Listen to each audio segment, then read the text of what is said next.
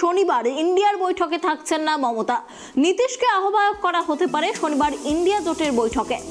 আরো একবার জানিয়ে রাখি, শনিবার ইন্ডিয়া জোটের বৈঠকে থাকছেন না বাংলার মুখ্যমন্ত্রী তথা তৃণমূল নেত্রী মমতা বন্দ্যোপাধ্যায়। ভার্চুয়াল মাধ্যমে এই বৈঠক হওয়ার কথা রয়েছে। তৃণমূল সূত্রে খবর, শেষ মুহূর্তে খবর দেওয়ায় বৈঠকে থাকতে পারছেন না মুখ্যমন্ত্রী।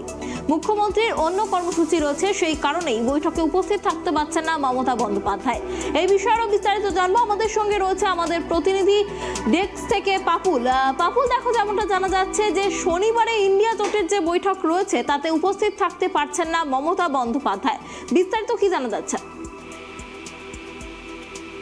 দেখো অনন্যা, 2024 সালের প্রথম দিকেই অর্থাৎ যে কোনো সময় ঘোষণা হতে পারে লোকসভা নির্বাচন। আর এই লোকসভা কিন্তু বিজেপিকে কেন্দ্রের বিজেপি সরকারকে পরাস্ত করতে বিভিন্ন বিজেপি বিরোধী রাজনৈতিক দল তারা একত্রিত হয়েছে ইন্ডিয়া জোট নামে। এবং এই ইন্ডিয়া জোটের বিগত দিনে বেশ কয়েকটি বৈঠক হয়েছে, অর্থাৎ 3টি বৈঠক আমরা দেখেছি। এবং শেষ বৈঠক এদের 19 ডিসেম্বর অর্থাৎ 2023 সালের শেষ দিকে 19 ডিসেম্বর দিল্লিতে বৈঠক হয়। এবং সেখানেই কিন্তু সেই বৈঠক থেকেই পশ্চিমবাংলার মুখ্যমন্ত্রী অর্থাৎ তৃণমূল নেত্রী মমতা বন্দ্যোপাধ্যায় বলেছিলেন ইন্ডিয়া জোটের মুখ হিসাবে প্রধানমন্ত্রী পদপ্রার্থী হিসেবে তিনি কংগ্রেস সভাপতি মাল্লিকার্জুন খাড়গের নাম প্রস্তাব করেছিলেন এবং সেই নামে সায় দিয়েছিলেন দিল্লির মুখ্যমন্ত্রী তথা আম আদমি পার্টির সুপ্রিমো অরবিন্দ কেজরিওয়াল।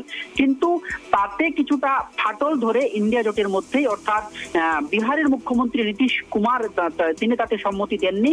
কারণ ইন্ডিয়া জোটের যে বৈঠক, এই বৈঠকে কিন্তু প্রধান কাণ্ডারি হিসাবে নীতিশ কুমারের নাম অবশ্যই থাকবে। কারণ তিনি বিভিন্ন রাজনৈতিক দলকে যে একত্রিত করে ইন্ডিয়া জোট যে তৈরি হয়েছে তার ভূমিকা চরমে ছিল, কারণ তার নেতৃত্বে কিন্তু ইন্ডিয়া জোট গঠিত হয়েছে।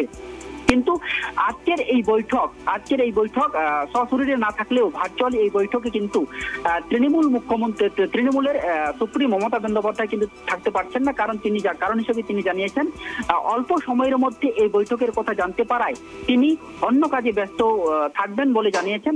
সেই জন্য তিনি এই ভার্চুয়ালি বৈঠকে থাকছেন না, তবে তার দল থেকে অন্য কেউ থাকছেন। কিন্তু আজকের এই বৈঠকে সব থেকে গুরুত্বপূর্ণ বিষয় হচ্ছে লোকসভা নির্বাচনী আসন সমঝোতার বিষয়টি। কারণ কে কোন রাজ্য থেকে কটি আসনে লড়বে সেই বিষয়ে আলোচনা হওয়ার কথা। কারণ 31 ডিসেম্বরের মধ্যেই এই আসন রফা চূড়ান্ত হওয়ার কথা থাকলেও কিন্তু হয়নি। অর্থাৎ আজকের এই বৈঠকে আরেকটি বিষয় উঠে আসতে পারে, এই ইন্ডিয়া জোটের আহ্বায়ক হিসাবে কাকে রাখা যায়। এখানে নাম শোনা যাচ্ছে এক রাজনৈতিক মহলে এবং ইন্ডিয়া জোটের সূত্রে নাম শোনা যাচ্ছে নীতিশ কুমারকে ইন্ডিয়া জোটের আহ্বায়ক করা হতে পারে। কারণ আহ্বায়ক থাকলে বিভিন্ন রাজনৈতিক দলের সঙ্গে যে কোঅর্ডিনেশন, সেই কোঅর্ডিনেশন তিনি করতে পারবেন এবং প্রথম থেকেই তিনি এই ভূমিকা কিন্তু পালন করে আসছেন।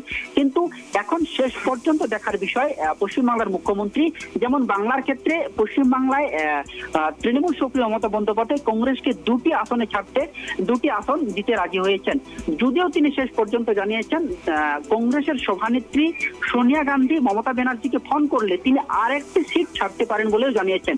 কিন্তু তার বিনিময়েও কংগ্রেসকে কিন্তু মণিপুর এবং মেঘালয়ের 3টি আসন ছাড়তে হবে এই প্রতিশ্রুতি দিয়েছেন। এই কন্ডিশন যদি কংগ্রেসের হাইকমান্ড মানতে পারে তাহলে তিনি পশ্চিমবাংলা থেকে কংগ্রেসকে 2-এর পরিবর্তে 3টি জায়গা ছাড়তে পারেন। অনন্যা, অনেক ধন্যবাদ পাপুল আমাদের সঙ্গে থাকার জন্য। আপনাদের আরো একবার জানিয়ে রাখি, আজ ইন্ডিয়া জোটের বৈঠকে থাকছেন না বাংলার মুখ্যমন্ত্রী তথা তৃণমূল নেত্রী মমতা বন্দ্যোপাধ্যায়। এদিকে কংগ্রেস ও জেডিইউ সূত্রে যেমনটা খবর পাওয়া যাচ্ছে যে এই ভার্চুয়াল বৈঠকে বিহারের মুখ্যমন্ত্রী নীতিশ কুমার তাকে আহ্বায়ক মনোনীত করা হতে পারে। এই ব্যাপারে কংগ্রেস নেতৃত্ব শরিক দলগুলির সঙ্গে কথা বলেছে। নীতিশের দল জেডিইউ অনেকদিন ধরেই দলের শীর্ষ নেতাকে জোটের আহ্বায়ক করার দাবি জানিয়ে আসছিল, আর সেই লক্ষ্যে নীতিশ সম্প্রতি দলের সর্বভারতীয় সভাপতি হচ্ছেন।